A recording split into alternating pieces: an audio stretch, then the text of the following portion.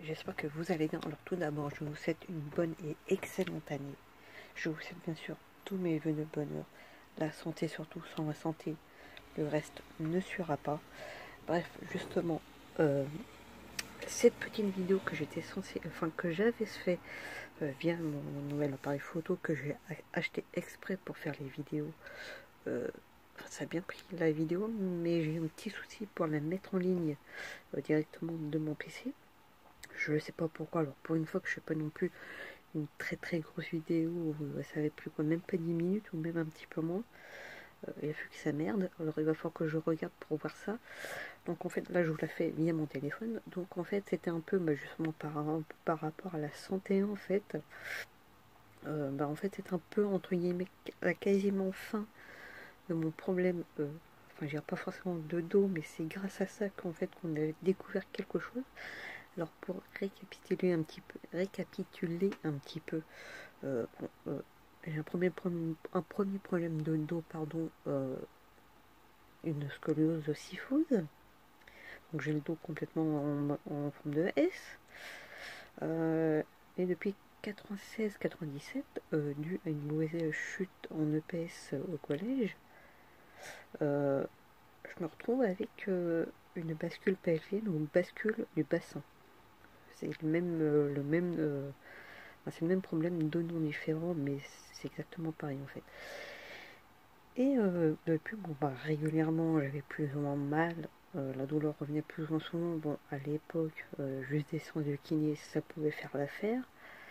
Mais le problème, c'est que à un moment donné, il faut quand même corriger cette bascule en fait. Le seul moyen en fait de pouvoir soulager, enfin de corriger le truc, la kiné c'est bien, ça peut soulager, mais le problème c'est que faut avoir alors soit des semelles, une semelle, soit une talonnette. Le problème c'est que si on n'a pas de suivi à ce niveau-là, le problème ne se règle pas.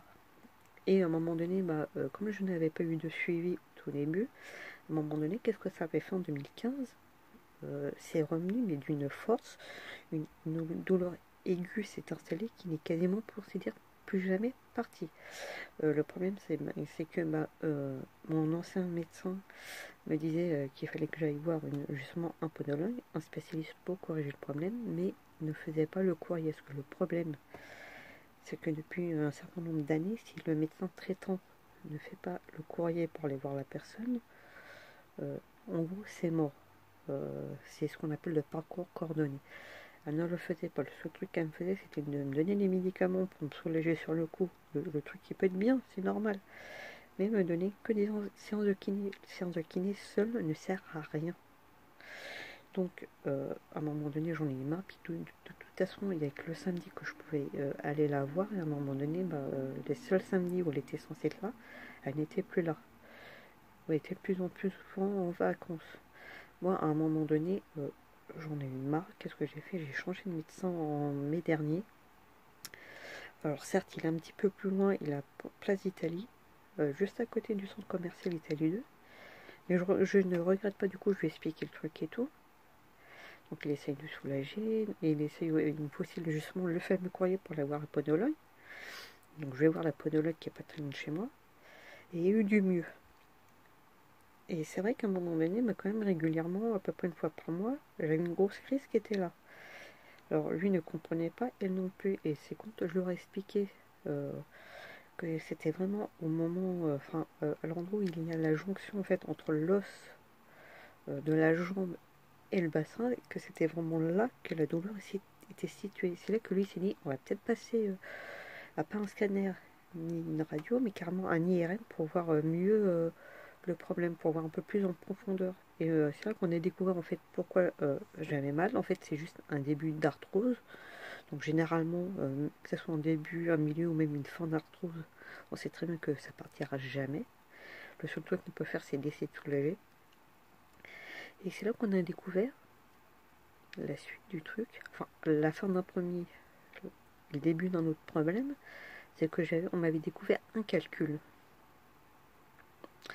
Le calcul quand même qui est monté jusqu'à près du rein. Parce que vous avez ce qu'on appelle les voies urinaires qui montent jusqu'au rein. Et entre les deux, en fait, on a ce qu'on appelle le pied long. où le bassinet c'est exactement pareil, qui était situé à ce niveau-là vers le haut. Donc du coup, à confronter avec une échographie que j'ai passée le mois dernier, 2 jours avant Noël. Et en fait, 2 jours avant Noël, c'est là que j'apprends en fait un peu une autre mauvaise surprise, c'est que j'en ai pas un, mais deux, dont un qui est très mal placé. Il est toujours dans le pied long, et dans le bas, et près de l'entrée du rein en fait. Et le problème, en fait, c'est ils sont pas tout petits en fait. Et c'est là que je leur ai dit, ainsi qu'à l'échographe, que je les avais sentis monter en fait. Déjà même à l'époque, je le sentais monter en fait le bordel, et qu'elle ne me croyait pas. Donc en gros, moi à un moment donné, régulièrement petit à petit, je lui mettais en gros dans sa boîte aux lettres les résultats pour quand même pour lui montrer que je sentais bien que c'était une douleur autre que par rapport à mon problème de bassin. Et puis même quand on voit la taille des deux calculs, je comprends même pourquoi moi je les sentais passer en fait. Et bien que la douleur était assez forte, c'était pas non plus au point d'être plié en quatre en fait, pas au point d'être plié et me rouler par terre en fait. Même si il y a des moments où ça passait pas. Et là d'ailleurs dans la semaine, je me suis fait peur parce que j'ai cru que ça rentrait dans le rang en fait. Et non. En fait j'ai commencé à avoir des douleurs au moment où j'ai su pour le deuxième. Et après je sais pas si ça fait un peu comme les femmes qui découvrent qu'elles sont enceintes. Vous savez que le fameux dîner de grossesse, et j'ai l'impression que ça m'a fait pareil. Peut-être que du coup mon corps a intégré que j'avais un deuxième calcul mal placé, que les douleurs ont commencé vraiment à venir à ce moment-là. Et en fait, au début de ce mois-ci, le 6, je suis allée voir un spécialiste, un neurologue, pour savoir en fait comment évacuer les deux, s'il fallait, si on pouvait me les laisser, s'il valait mieux les sortir, et aussi de quelle manière les sortir en fait. Parce que bon, après, il y a plusieurs possibilités pour ça. Le problème, c'est que on aurait pu me les sortir par ultrason, beaucoup m'en ont parlé. Le problème, c'est que on n'a pas pu pour les deux. Enfin, en soi, les ultrasons auraient bien cassé les deux au point de, enfin, vraiment de les casser, parce que c'est le but des ultrasons. Mais le problème, c'est que seul celui du haut, qui est bien placé, aura pu s'évacuer naturellement, en fait. Et après le deuxième, et le but du truc, c'est que je puisse moi soit les évacuer, soit de pouvoir les sortir, en fait. Et du coup, elle m'a expliqué la deuxième solution qui est en fait ni plus ni moins, ni plus ni moins en fait que de passer sur la table d'opération. Alors c'est pas non plus un truc de ouf non plus. Euh, En fait ils vont passer via une caméra par là où l'urine sort en fait. Bon, je serai sous anesthésie générale, mais c'est vrai que le fait de savoir que je vais avoir une caméra qui va rentrer par là où le pipi sort en fait, qui va remonter. Mine de rien, même nous, les filles, on a une urette, c'est l'espèce de, justement, de voie urinaire qui remonte jusqu'au niveau du rein. Et d'ailleurs, ça s'appelle une urectectomie.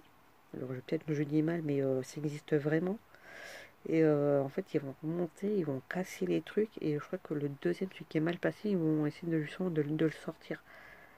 Et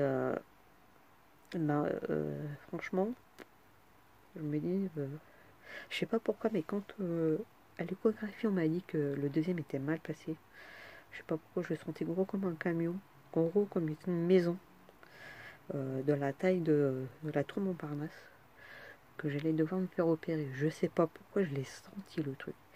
Et ça n'a pas loupé. Opération. Apparemment, je serai sûrement en arrêt maladie pendant 3 4 jours. Après, est-ce qu'ils vont compter le premier jour, le lundi, comme un arrêt de travail ou pas?